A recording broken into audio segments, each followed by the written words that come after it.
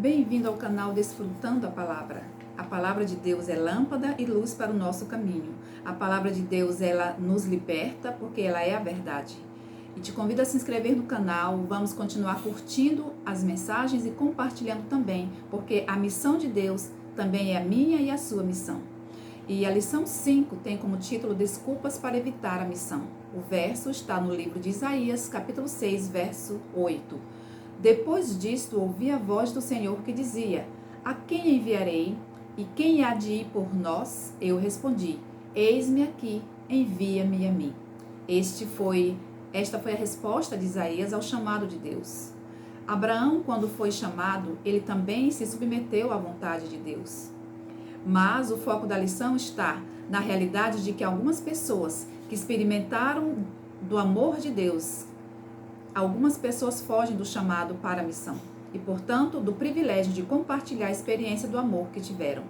Todas as pessoas passam por esse momento de tentação de evitar, de sair do campo de batalha, do campo de missão.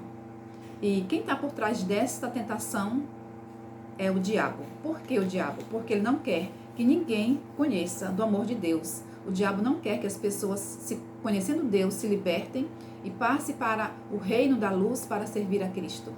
E a lição vem trazendo a experiência do profeta Jonas. Ele foi chamado por Deus para ir a uma grande cidade da época chamada Nínive. E o profeta, na lição, vem falando aqui para nós as várias desculpas que Jonas deu para não ir a Nínive. E o que nós podemos aprender com a atitude de Jonas? Sobre as desculpas que podemos dar também para não cumprirmos a missão que Deus nos confia.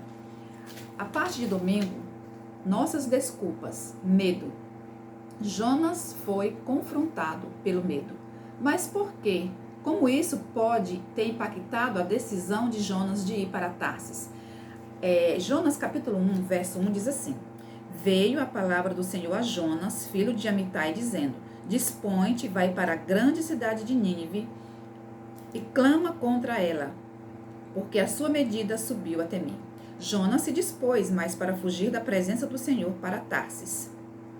Ele se dispôs para ir para longe de Nínive.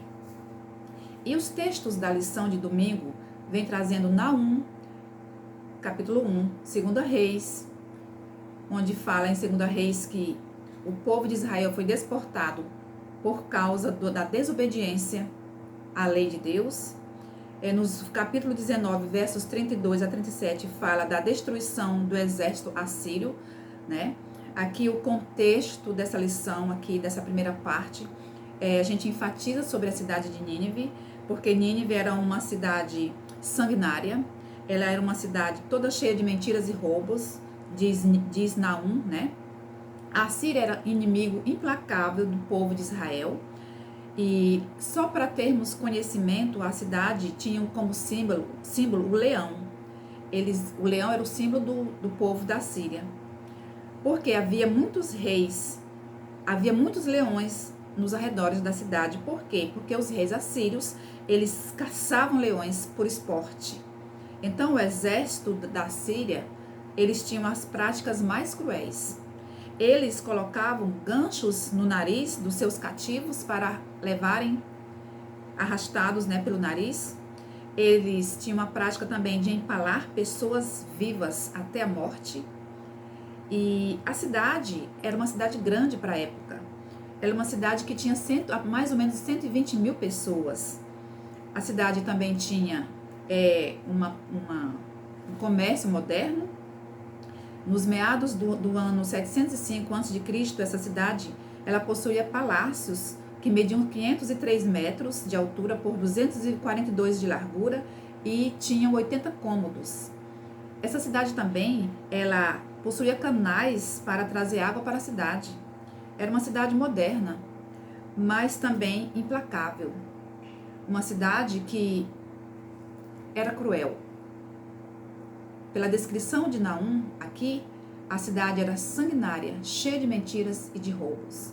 Uma cidade que já tinha devastado com o reino de Israel. Uma cidade que também tinha invadido algumas cidades do reino de Judá. E estava agora tentando invadir Jerusalém. Mas o rei Ezequias orou ao Senhor, buscou no Senhor ajuda para que Deus vencesse o exército da Síria por eles. E aí a Bíblia registra aqui no livro de 2 Reis 19, que numa noite o anjo do Senhor destruiu 185.000 soldados assírios que estavam cercando Jerusalém. Então era uma cidade que se vangloriava de ter enchido as suas ruas com os cadáveres de seus habitantes, jovens e velhos. Era esse contexto todo que Deus chamou Jonas para ir pregar. A reação de Jonas era justificável. Era justificável. Às vezes nós condenamos o comportamento de Jonas e Jonas, ele, diante dessa situação toda, o medo paralisou Jonas. Jonas, se ele ter ido para Nínive, ele comprou passagem e foi para um sentido contrário àquilo que Deus tinha lhe proposto. Qual é a nossa Nínive hoje? Para qual chamado de Deus tem nos feito? Que chamado Deus tem nos feito? E para onde nós temos ido? Nínive era uma cidade. Jonas, aqui no livro de Jonas, capítulo 3, verso 3, diz que a cidade de Nínive era muito importante diante de Deus. Não importava a condição degradante daquele povo, a cidade era muito importante para Deus. Ao nosso redor, qual é a nossa Nínive? Saibamos que ela também é muito importante para Deus. O amor de Deus cobre todas as pessoas, porque Deus veio buscar e salvar o que se havia perdido. Jesus veio para os que estão doentes. Jesus veio buscar quem está precisando de salvação, ou seja, a humanidade. Não importa qual Nínive seja, Deus tem um chamado para mim e para você.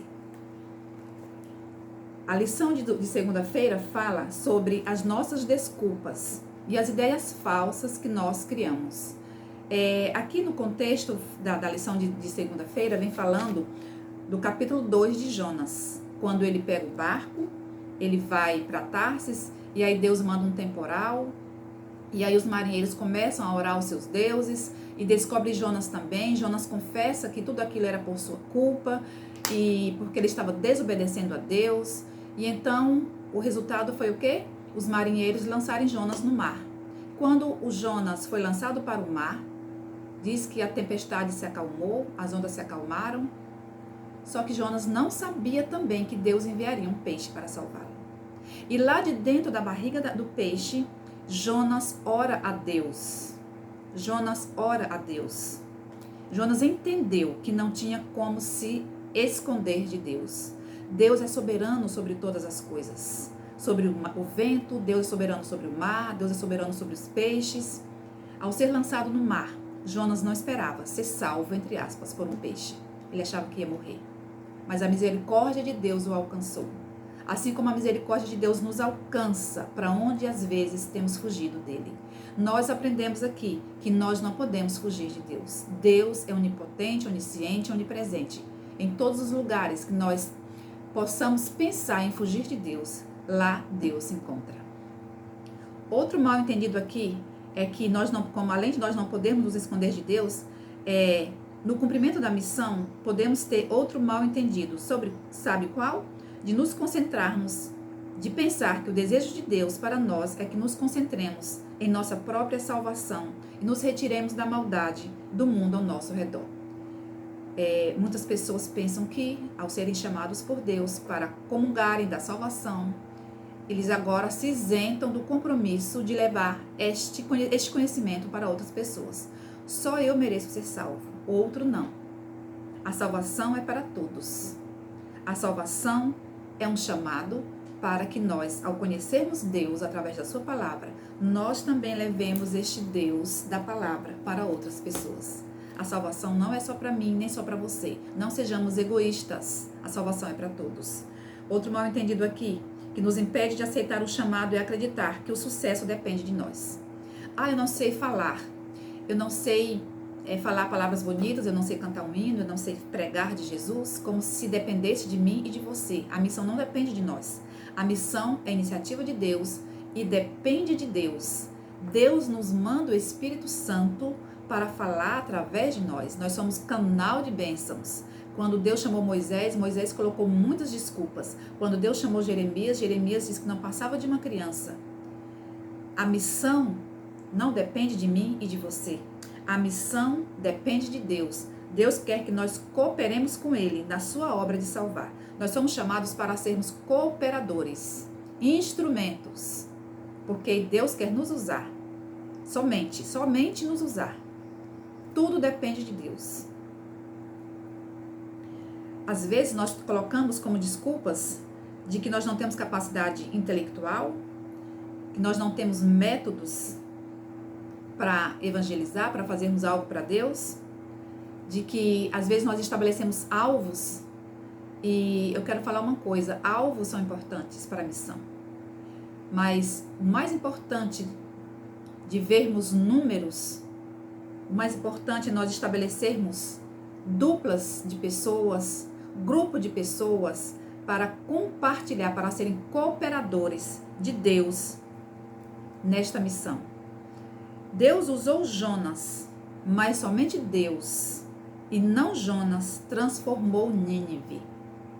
Quem transforma as pessoas não sou eu e nem você. Quem transforma as pessoas é Deus, é o Espírito Santo de Deus. Deus só quer que nós saiamos como instrumentos para que Ele nos use para Ele mesmo alcançar o coração, os corações das pessoas e transformar as suas vidas. A lição de terça-feira, nossas desculpas e inconveniências. Quando Jonas orou a Deus e o peixe vomitou Jonas na praia, Jonas ali saiu, com certeza tomou um banho, se limpou e saiu pelas ruas de Nínive. No capítulo 3, verso 1 diz assim: veio a palavra do Senhor segunda vez a Jonas, dizendo: dispõe-te, vai à grande cidade de Nínive e proclama contra ela a mensagem que eu te digo. Levantou-se, pois, Jonas e foi a Nínive, segundo a palavra do Senhor. Amém?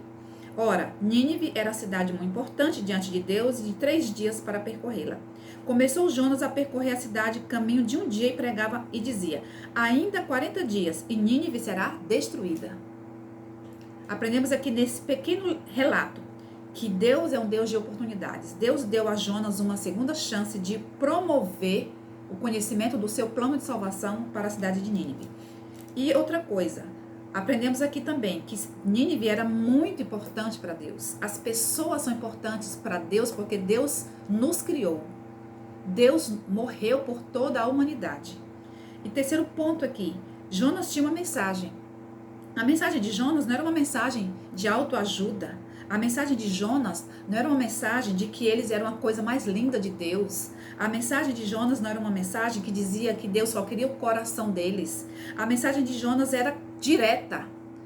Em 40 dias a cidade será destruída. Nós também temos uma mensagem a ser dada. Nós não temos uma mensagem açucarada para dar para as pessoas neste final de tempo em que nós vivemos. Vivemos na história profética os últimos instantes da história da Terra. Então a mensagem que eu e você somos chamados a levar é: arrependam-se e convertam-se dos seus pecados.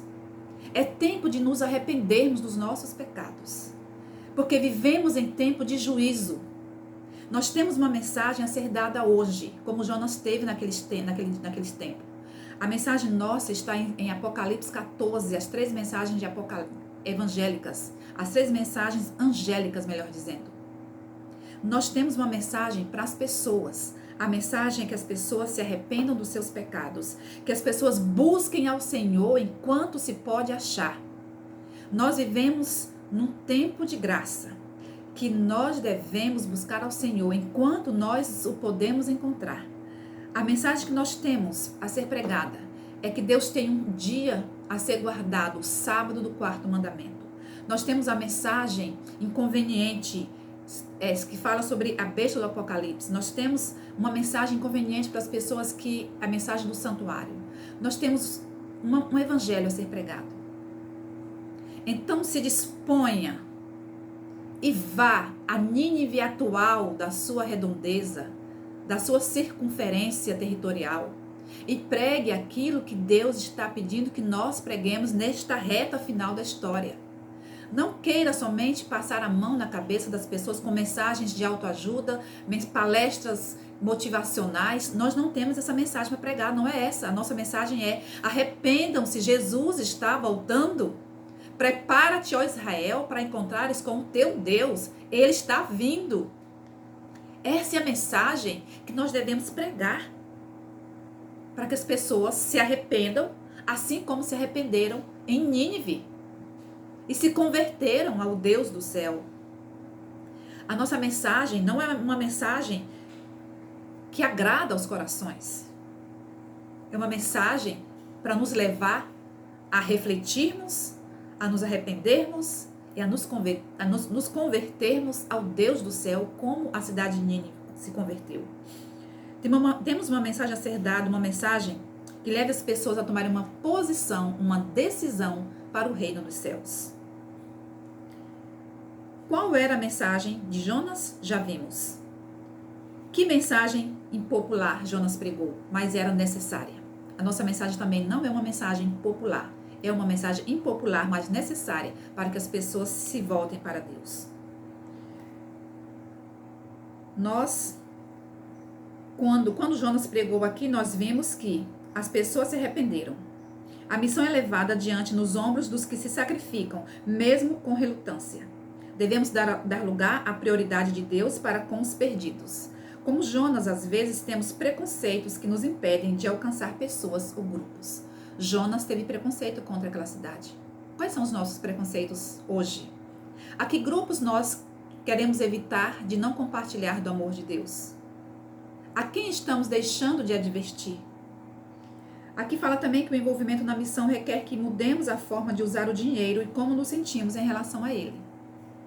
O dinheiro que Deus nos concede é de Deus. Nós somos seus mordomos para gerenciar o dinheiro que Ele nos concede, tanto para suprir as nossas necessidades, como também para serem aplicadas na missão de Deus, no doar e no tempo envolvido. Infelizmente, Jonas não compartilhou da mesma alegria do céu. Jonas compartilhou da mensagem ali na cidade, pregou como Deus tinha mandado, mas diante dos resultados, Jonas não se alegrou. Jonas não se alegrou com o resultado. Ele não compartilhou desta felicidade. É tão lindo, maravilhoso quando nós levamos o evangelho do reino às pessoas e as pessoas se convertem e passam a seguir Jesus caminho afora. A gente fica tão feliz. Por que Jonas não ficou feliz? Lá no livro de Lucas, capítulo 15, verso 7, diz que a festa no céu, quando um pecador se arrepende. Aqui na história, nós vimos que a cidade de Nínive, lá no capítulo 4 de Jonas, capítulo 4, verso 11, a cidade possuía mais de 100 mil pessoas. Mais de 120 mil pessoas, melhor dizendo.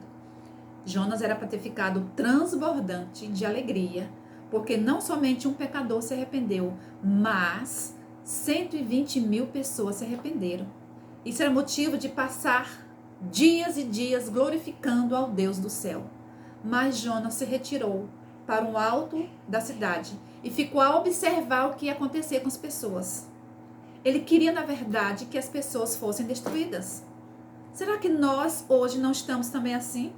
Ao nos recusarmos pregar o evangelho de Jesus, nos assentamos acomodados na nossa zona de conforto, esperando que caia fogo do céu, como caiu em Sodoma e Gomorra, e as pessoas sejam destruídas?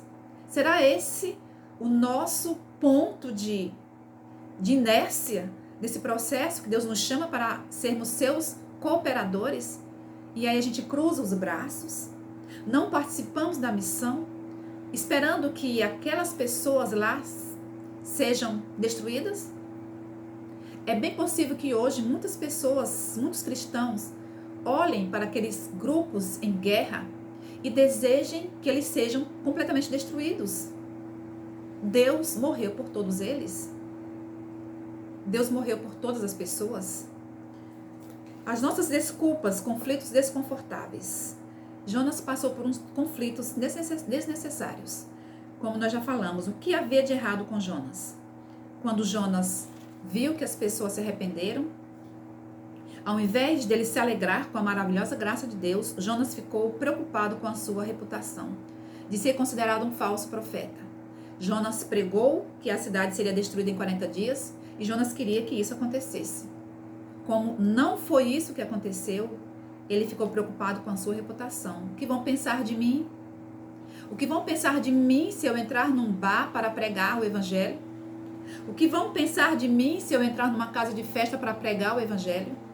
O que vão pensar de mim se eu entrar num prostíbulo para pregar o evangelho? O que vão pensar de mim? Foi isso que Jonas ficou preocupado. Ele não se preocupou com a salvação das pessoas, delas terem se arrependido de fato e terem voltado-se para Cristo. Deus mostrou quão alto valor ele dá a um ser humano. Ninguém é superior a outro. Todos nós somos necessitados da graça. Está no livro O Maior Discurso de Cristo. Todos nós somos necessitados da graça de Cristo. Toda a humanidade é doente. Os Hamas são doentes. O pessoal que promove guerra são pessoas doentes. Todos precisam de Deus. Se você não pode ir lá em missão, vá em oração. Ore por essas pessoas, para que o Espírito Santo de Deus ache lugar nesses corações implacáveis e esses corações se voltem para Deus. Ore pelo menos por essas pessoas. Oremos por eles. Jonas, o que havia de errado com ele? Jonas tinha ódio dos ninivitas. Jonas não queria que eles se arrependessem e fossem salvos. Queria que os juízos divinos caíssem sobre eles. Jonas preferia morrer do que ver os ninivitas salvos. O que há de errado também conosco hoje? Jonas experimentou do amor de Deus. Tinha já hábitos. Jonas tinha experiências com Deus. E a sua última experiência tinha sido a de ser resgatado por um peixe no fundo do mar. Que experiência maravilhosa! Deus trouxe Jonas do abismo da terra para que Jonas tivesse uma chance de novamente falar do amor de Deus. Mas Jonas, ele não demonstrou compaixão pelas pessoas, porque porque só ele poderia ser alvo do amor e bondade de Deus e as outras pessoas não. Porque só eu e você, só nós que conhecemos a Deus, só nós podemos desfrutar deste amor e as outras pessoas não. Jonas se compadeceu de uma planta, como a história nos conta, mas não se compadeceu das pessoas. Ao sairmos para a missão, o nosso desejo deve ser o de ver pessoas sendo libertas pela palavra e entregando a vida a Jesus. Porque a cruz une pessoas a Deus e une uns com os outros. A cruz é o parâmetro. Ela une a cada um de nós com Deus no céu e nos une uns aos outros. Nós devemos compreender essa profundeza deste amor de Deus. A lição de quinta-feira diz: eis-me aqui, envia-me a mim. A história de Jonas é mais do que incrível. Deus salvou os ninivitas, apesar do pobre testemunho de Jonas. Deus salvou Nínive, não foi pelos méritos de Jonas, foi pela sua misericórdia, pela sua graça, pelo seu amor, pelo seu Santo Espírito. Isso é um lembrete gritante de que nosso papel é ser meramente um canal para Deus. O único que pode convencer e converter coração é Deus. É um lembrete de que Deus busca mensageiros dispostos e humildes que sigam sua direção. O livro de Isaías, capítulo 6, conta a experiência de Isaías aqui, na presença de Deus. Depois disso, ouvi a voz do Senhor que dizia: a quem enviarei?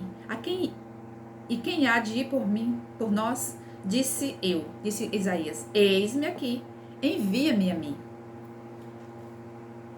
Qual é a ideia central dessa passagem? Que Deus procura voluntários para levar sua mensagem. Deus não impõe, Deus procura voluntários para levar a sua mensagem. O chamado está aí. Devemos responder a esse chamado, submetendo-nos à sua liderança, ouvindo sua voz e escolhendo obedecer a tudo o que Deus nos diz. A história de Jonas revela o amor de Deus por pessoas que vivem onde seu amor não é sentido e sua voz não é ouvida. Assim como Deus teve piedade de Nínive, Deus tem piedade dos milhões que povoam as cidades hoje, onde edifícios tomam lugar de árvores e flores, e o barulho constante torna difícil aquietar-se e ouvir a Deus.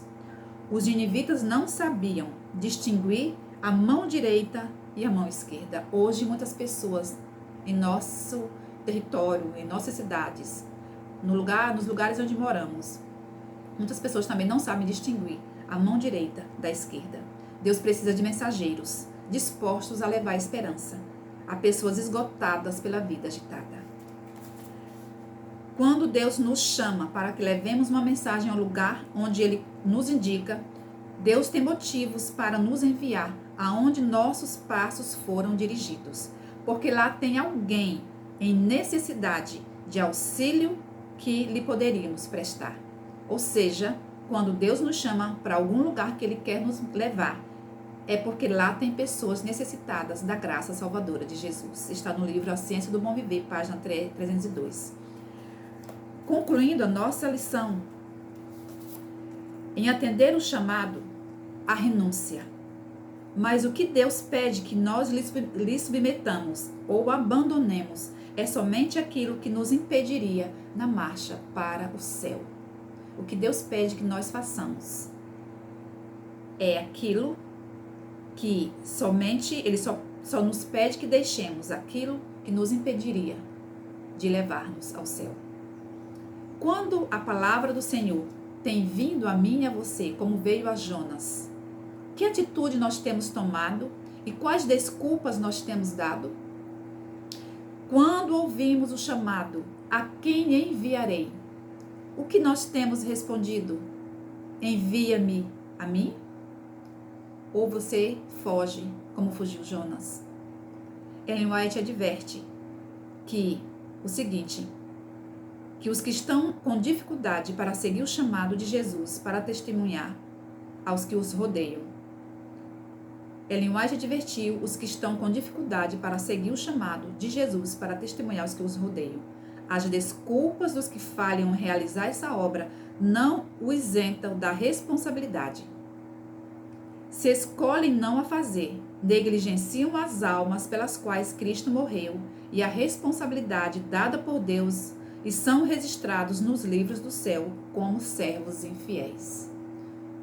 Não deixemos que os nossos nomes sejam registrados como servos infiéis pela negligência do dever que o Senhor nos confia. Somos chamados para sermos seus cooperadores. Embora essas palavras sejam muito fortes, não somos deixados sem esperança. Na tarefa que lhe foi entregue, Jonas recebera uma pesada responsabilidade. Foi pesada a responsabilidade de Jonas? Foi. Contudo, aquele que o havia mandado a ir estava apto a sustentar seu servo e garantir seu sucesso. Amém? Deus chamou Jonas para aquela terrível cidade, mas Deus estava com Jonas, assim como Deus está conosco hoje e estará até o fim dos tempos. Nosso chamado para a missão não é menos específico do que foi o de Jonas. A questão é, como responderemos? Que desculpas daremos? Que o Espírito Santo nos mova em submissão ao chamado para a missão de Deus. Que o Senhor nos abençoe.